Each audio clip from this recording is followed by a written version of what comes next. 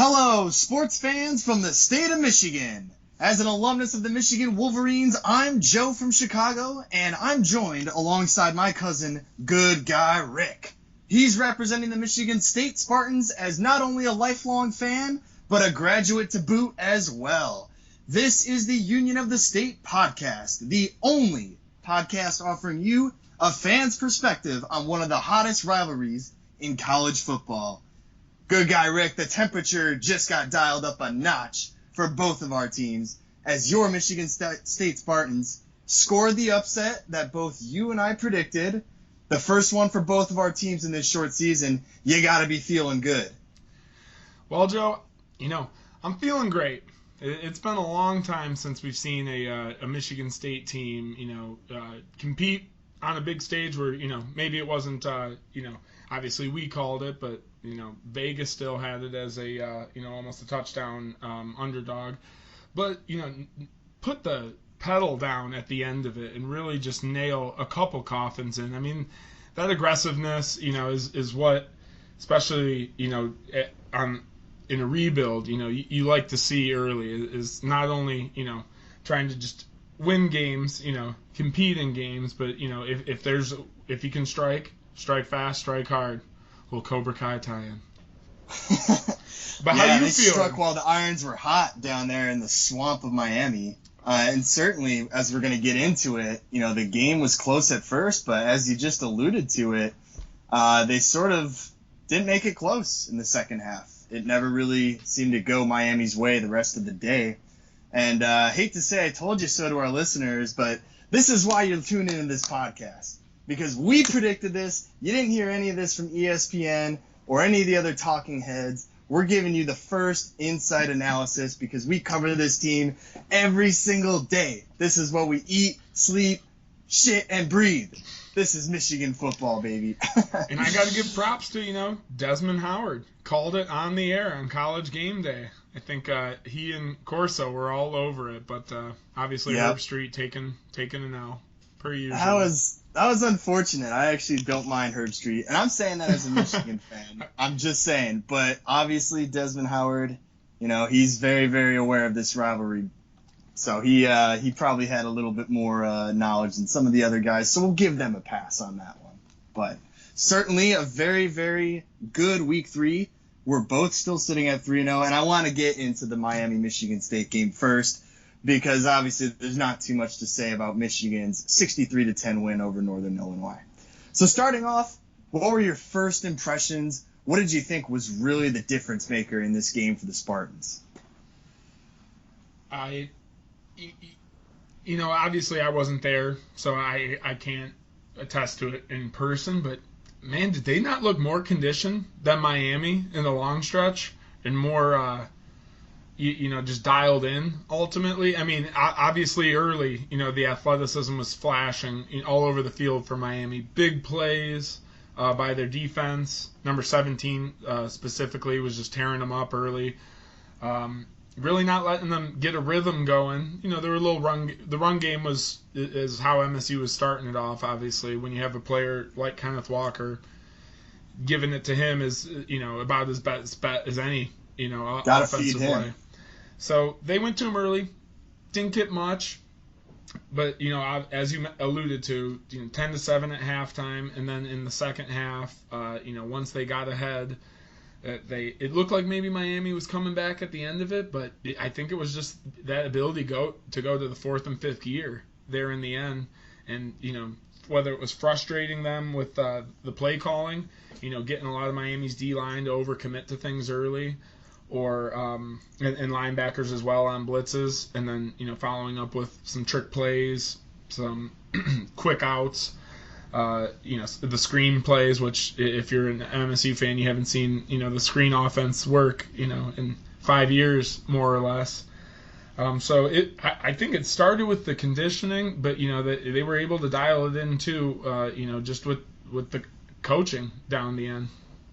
It sounds like, honestly, and this is just sort of what I observed too, it was kind of a mixture of everything. However, the execution was just superior to Miami's, and Michigan State certainly looked like they were the ones that was accustomed to playing in hot temperatures the whole game. They had more stamina. They were able to execute their game plan on the road, and ultimately they took the game to the Hurricanes, and that's why I wasn't surprised at all with the outcome. I know you had called it a 50-50 game in our last podcast, and I can understand your skepticism. I do it all the time, too, with my Michigan team. I don't want to get ahead of myself, and then when we lose, you look like an idiot. But I definitely think Michigan State, the way that they've been playing now in 3 games, it's certainly a recipe for success because they're not afraid to be who they are. And Mel Tucker's putting his position players, his skill players, in a position to succeed on just about every single play. So if it doesn't work immediately in the first quarter, which ended 0-0, that's okay. Eventually their execution will be superior to a lot of these teams. What'd you think of that quote at the end of it? Think of the what? Sorry. What'd you think of Mel Tucker's quote where he said, we dragged them into the deep water, basically, at the end of the game? It's kind of cold-blooded. I like it. Hey, he's setting a tone for his team.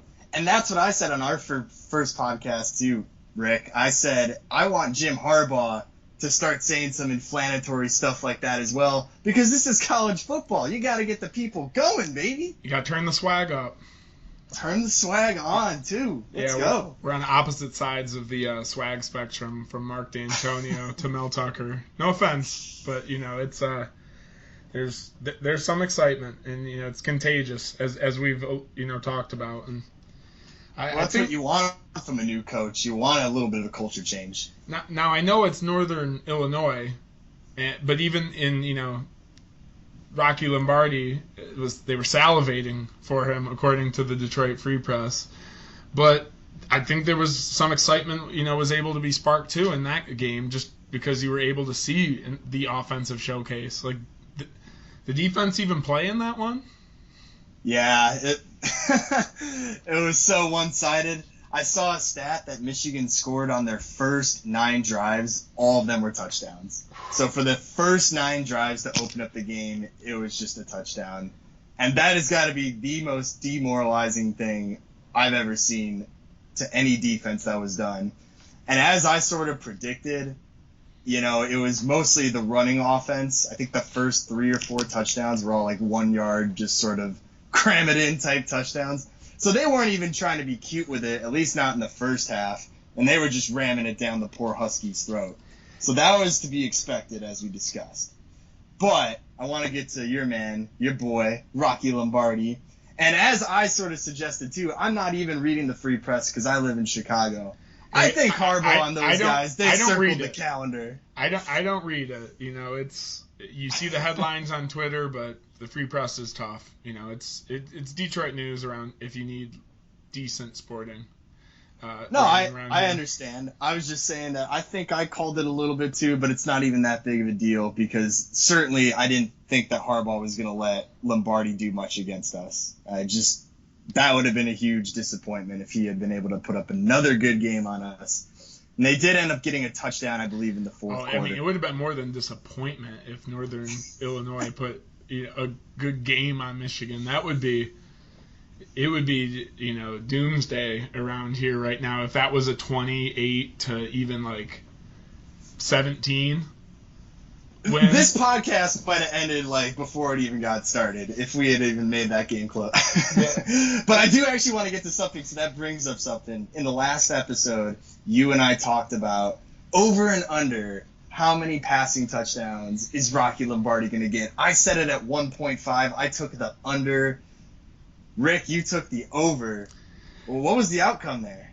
Oh, well, the caveat, which I alluded to, was we didn't say what team he had to throw a touchdown pass to. And if I checked, I did see a pick six, I think. It's I guess that we can just chalk that up to we were both right, because I was saying to his own team, and he got that touchdown. No, and if you encompass to any team, then you get the W on it.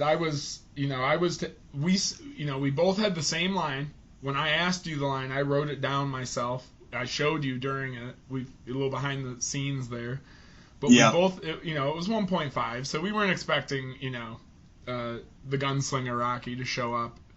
Right. But that being said, I still thought he could maybe get a garbage time one, but that did not happen. Once again, we're spot on. We're both right around what was going to happen in that one. So, good to see that the hot takes haven't been sizzling off the presses here yet on this podcast. We're still keeping it grounded. We're not going to start making huge generalizations here.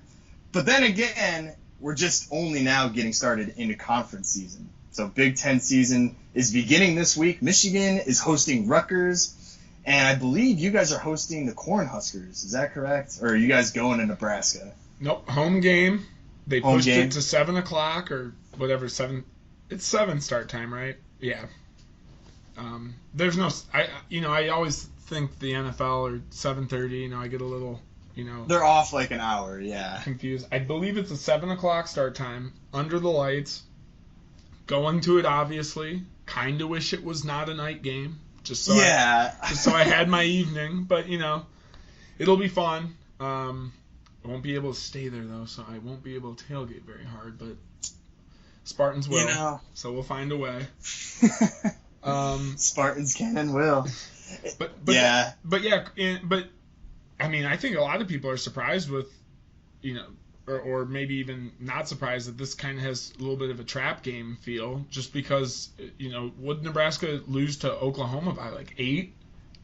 That game was way closer than I thought it was going to be. They were believe it. Plus 22-point underdog, Nebraska. Yeah. And a lot of people were saying that was like a good bet, to take that week, which I would have taken it. I bet on Coastal Carolina at minus 22-1, so I get it. I just don't understand because Oklahoma, they struggled in their first game where, if you recall, they hosted Tulane. It was supposed to be a home game in New Orleans, but because of Hurricane Ida, they moved it to the Oklahoma Sooner Stadium, and they still were barely able to get by just Tulane. They're kind of reminding me a lot of like Notre Dame so far, where it's like every game that you just expect them to cruise through, they kind of have a very difficult time getting past some of the bottom feeders. And Nebraska has been a bottom feeder of the Big Ten for quite some time. But then again, so is Rutgers, and they're playing a lot better too. But I'll let you finish off your point. So it's going to be a night game. Game, but yeah. But not a trap game. Oklahoma's down. I think the line was -3 State, and that basically means it's even. If it's what? If Vegas is seeing it as even, right? Like you get -3 for being the home team. Wow. That is so disrespectful after what Michigan State's been able to do. 2 big road victories. Northwestern, obviously, they're not looking as good as we thought. 1-0 in the Big Ten. Come on. But you 1-0 in the Big Ten. It's at home. Night game. Students can be riled up. They got a whole day of drinking to get ready for that game. And then on top of that, they just came off of a road victory against a ranked Miami. So the -3 doesn't make sense. All right, I'm going to get everybody in trouble here on this show. If you're listening, you should be hammering that -3 line. Like Michigan State -3 all day. No money line. Just take that and thank me later. You can thank me later. You can thank you can do it by sending it to our email. What's our email again, Big Rick? It's unionofthestate@gmail.com. I don't think we have the MI. I think it's just unionofthestate@gmail.com. Oh, you might be correct on that. But don't worry, I came in there for the save. But you know what? I'm still getting used to it as well. I might have to hedge my fandom and take Nebraska at +3 just to, worst case. If it's close, worst case. Oh, no way. I'm staying away from this one. Oh, wow. Well, you were a little wishy-washy on the Miami one as well. And I definitely was a little aggressive on that one. I cashed a parlay, though, taking State, and then I took State +6.5. So we did make out decently on that day. Fair enough. Then I threw it away at an MMA parlay, but, You win some, you lose some. The way she goes. That's sports gambling for you. Well, and it is unionofthestate@gmail.com. Apologies for the confusion there. Bang. Send us questions, feedback. Thanks for listening. Just pump that in there midway. But back to you. So take us off. What's Michigan looking forward to this week? All right, so we get a nice juicy matchup against Rutgers, which, ordinarily this is a guaranteed win. And I still think we have a very high chance of winning. However, It's personal between Rutgers and Michigan. If you recall, yeah. It's not your father's Rutgers. No, not anymore. Greg Schiano's come in. He's definitely showing signs that he's capable of turning this Rutgers program around. Now, that's not to say that they're going to be, the next Ohio State on the Big Ten East, but they're certainly not going to be the slouches that they've been essentially since joining the conference itself. Going to do a quick little history lesson for everybody. When Rutgers first joined, Michigan played them. I believe that was the first time ever they played was 2014, and it was Brady Hoke. And they lost to Rutgers, and it was a super pathetic game because that was when Michigan was at the lowest it's ever been in my entire lifetime. And Rutgers was obviously just considered a joke, basically a shill for the Big Ten and Jim Delaney to make a little bit more money out of the New York, New Jersey market. After that loss, when Jim Harbaugh came in the following year, he made it his mission to avenge that loss. And if you remember, Eric, they ended up going into New Jersey, and they ended up scoring, I believe, 8 rushing touchdowns. It's pretty similar to what they just did to Northern Illinois. And during that beatdown, Jim Harbaugh went for 2 points on one of the plays after one of the touchdowns just because he thought he really wanted to send a message. I'm not surprised. And he also did it for a third reason. Yeah, this is when Jim Harbaugh actually had some spunk and some attitude and wanted to get people going. The third big thing about that whole rivalry is that Michigan had been tapping players like Jabril Peppers and Rashawn Gary out of New Jersey, and they still have been to this day. So we had been going into their pipelines of recruitment, stealing their players, and then went into Piscataway, New Jersey, and dropped 8 touchdowns on them with an unnecessary 2-point conversion. The disrespect is real. And I'm not going to call this a rivalry because I don't know of any Michigan-Rutgers podcast. This is a Michigan-Michigan State podcast, obviously. But expect Rutgers to bring it to us in this game. Michigan's hosting it. I'm still not going to call for any upset, but it's definitely going to be a lot closer than I think the first couple games have been. You went to triple overtime with them last year, right? Or double overtime? Michigan-Rutgers? I think so. State lost to them last year. I mean, obviously. I do remember that. Yeah, last year it was a triple overtime. So it was 48-42. I you know what? I'm gonna be honest with you, good guy Rick. I'm blocking all of 2020 out for Michigan, the whole season. So the fact that they barely won that game in triple overtime, I almost forgot about it. But yeah, it's an interesting little side battle that's been going on in the Big Ten East here. It was year 0 for State, so I mean I get that too. Just kind of putting that on a scrimmage season basically. Man, Rutgers, they're really trying to be a force in the Big Ten East. But honestly, without trying to disrespect the opponent, because that's when I'm going to look the worst if the inevitable does happen, or should I say the unforeseeable happens. I think it's going to be a very standard Michigan game. Again, until they're really forced to play somebody super strong and powerful, I don't expect them to reinvent the wheel here. I think you saw a little bit of the passing game in the second half for Michigan, especially when they brought in J.J. McCarthy when they were playing the Huskies. And you could see that, the potential could be there if maybe they dedicated more time to it. But honestly, I have an idea for the most boring drinking game in the world. Take a drink every time Michigan passes the ball on 2 consecutive plays. I mean, I'm serious. I don't think they ever do it. So far, they really haven't played a good enough team to need to pass, but how many beers do you finish if they, how many drinks do you get through if you play that game, if you were guessing? I think in Northern Illinois, you probably wouldn't even get through half of a White Claw. You probably wouldn't even get through half a White Claw. In Washington, probably even less, because I think they only passed the ball 11 times. You might have not even had a sip in that game at all. You might as well just leave the tap, or what is it? Yeah, the tab uncapped. Just don't even open the bottle. Don't do any of that. So honestly, that could be a fun game for people to play on this Saturday, but maybe not so fun because you really wouldn't be drinking that much. And, what's the point of college football otherwise? But now that I put that in your heads, you'll see what I'm talking about. They don't want to pass the ball twice in a row. So it should be interesting. We support, drinking games on this podcast, first and foremost. This is a college football podcast, you know. You gotta keep it real with the listeners. Yeah. They know what's going on. So do you know what the spread is on that one? It's at home. You said?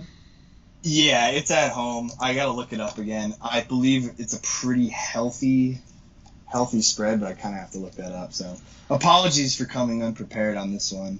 So it looks like it's actually 18.5, with the over/under set at 52. Not bad. It's about what I expected. Yeah. I'm not as excited as I think you should be about Michigan State, just because I know what Harbaugh does to this football team, especially when it comes to playing good teams. But at least for the time being, Rutgers isn't what I would consider a good team, especially with how loaded the Big Ten East is. So I'm going to say that he's going to take care of business, and I'm going to say that they actually cover that spread. I think they should at least win by 3 touchdowns is kind of what I'm thinking. Yeah. No, they have flipped some recruits I've seen. I think, not obviously not mid-season, but last season, their recruiting is stepping up, but it's still, he got the job 3 months before Mel Tucker did. Greg Schiano, that is. So, I mean, he's early. Obviously, he had a little bit more time to meet with them before the whole world went into shutdown, but yeah, it's still early to rotate and cycle those top or higher tier classes in there, but yeah, minus 18.5, and then coming off of the Northern Illinois stomping, obviously Rutgers is a better team than that, so it'll be a little bit more of a a good way to gauge exactly how dominant that running game can be. But yeah, I mean, you just got to see them with those athletes going off that Corum and company are gonna run them around the place a little bit. I just want to give a shout out to Blake Corum. Here's another hot take I'm throwing out. He might be one of the best looking running backs that I've seen in a while for Michigan. Potentially, I don't count Denard Robinson as a running back, but maybe since Mike Hart. And it kind of makes sense because Mike Hart is actually a running backs coach. I didn't know if you knew that, but he's actually on this team right now. And Blake Corum is a stud. I mean, this guy, he's got a prototypical running back body, not too tall, pretty stocky, and he just doesn't go down to arm tackles. You have to seriously bring 2 or 3 guys to bring him down. Arm tackles don't do it. It's got to be a full-on hit to the body. Because you just see him in all 3 of these games so far this year. People are reaching out on the offensive line just hoping to slow him down with an arm. Nope. Runs right through it like a subway turnstile. A couple times in that Northern Illinois game. He'd maybe lose his balance after getting knocked aggressively, but he'd put his hand on the ground, restabilize, and keep going. I think he's the best player on the team currently. Now with that Ronnie Bell is out for the rest of the season. The quarterback's not going to be in a position to make many big plays. It's Blake Corum from here on out. He is the heart and soul of the Michigan offense, and I see why they put him in as a starter over Haskins. Mm-hmm. Yeah, and then, shout out to Donovan Edwards from West Bloomfield High, not too far for me, and actually where my brother and sister went. Yeah. Little fun fact, but he was running as well. And as we're doing shout-outs, I just have to throw a quick shout-out to punter Bryce Behringer from MSU. There's been some pretty funny stories about him, how 1 year in D'Antonio's tenure, and I mean funny looking back at now in retrospect, like D'Antonio demoted him, or he was a walk-on, maybe got promoted to scholarship, bumped him back down to walk-on, but they let him take pictures of practice for a year. And then Mel Tucker got him back into the fold, and he had one punt of like 65 yards. I mean, he's just never had a leg like that. Something about the weather, something about it for Bryce Behringer. And he's local too. I think he's from Waterford, or he went to a Pontiac Notre Dame prep. So, I mean, just sticking with the program, nice. And then being, early on in that game when it was a, more of a defensive showcase in the first half and battle, you were able to see him flip the field once and pin him at like the 2 or something. And that's just, obviously you expect that at the NFL level, being able to have a weapon of a punter Sure. to flip the field. But I don't think I remember a punter at MSU like that since R.I.P. Mike Sadler, who had the famous Nebraska taunt on Bo Pelini, where he was petting the cat as he was walking off the field. I do remember that. So That's good. I just, no one's giving him a shout out probably anywhere, but if you're an MSU diehard, when you saw that happen, you're like, what am I looking at? And he's got the Rodrigo Blankenship glasses going too, so gotta love those glasses probably add like plus 10 strength, like to his Madden profile or whatever. Because any punter that wears those just seems to do work. I don't understand. He had the laser. So now that we've talked a little bit about what's going on this week, we've covered last week. You're betting MSU and you're betting Michigan on this one, so you're feeling good about this week going into the third a third way of the season here, as tape is starting to be put up of every team. You're feeling good about these squads. I'm feeling optimistic, cautiously optimistic, at least about my own team. Now, looking ahead to Michigan State's schedule, looks like you guys got a couple cupcake games, if I do say so myself, coming up here. You obviously have Nebraska this week, then hosting Western Kentucky. You go on the road to Rutgers, which, like you mentioned, you lost to them last year. But this team looks a lot better for the Spartans than they did before. So that presumably looks like a win. Then you play Indiana. That game doesn't seem like it's going to be too bad either, because Indiana is not where they used to be. I think they've had a dramatic fall off from last year. So Michigan State, I'd feel a lot more optimistic for, because you guys have essentially 4 games until the matchup against us on Halloween weekend. Now with us, I'm feeling good about this game, but then we got to play Wisconsin in Camp Randall. So I'm not going to get ahead of myself, because I don't have a full month ahead to look forward like you guys do, where it seems like you should pretty easily take care of those games. Because I know no matter what happens this week against Rutgers, none of that's going to matter when we go to Camp Randall to play Wisconsin. And I'm going to look up the last time Michigan actually has won in Camp Randall, but it's been a while. And Wisconsin is still no slouch of a team, but it's going to be tough because they don't play well in Madison. And so I'm not going to get ahead of myself, just knowing that the result of that game will completely shape the course of the season.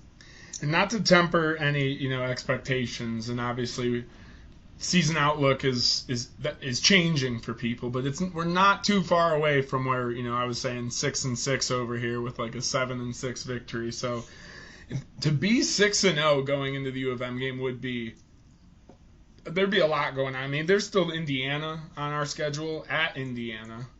Right. But as I was saying, I feel like Penix has taken a step back, and as a result, the team in general has taken a big step back.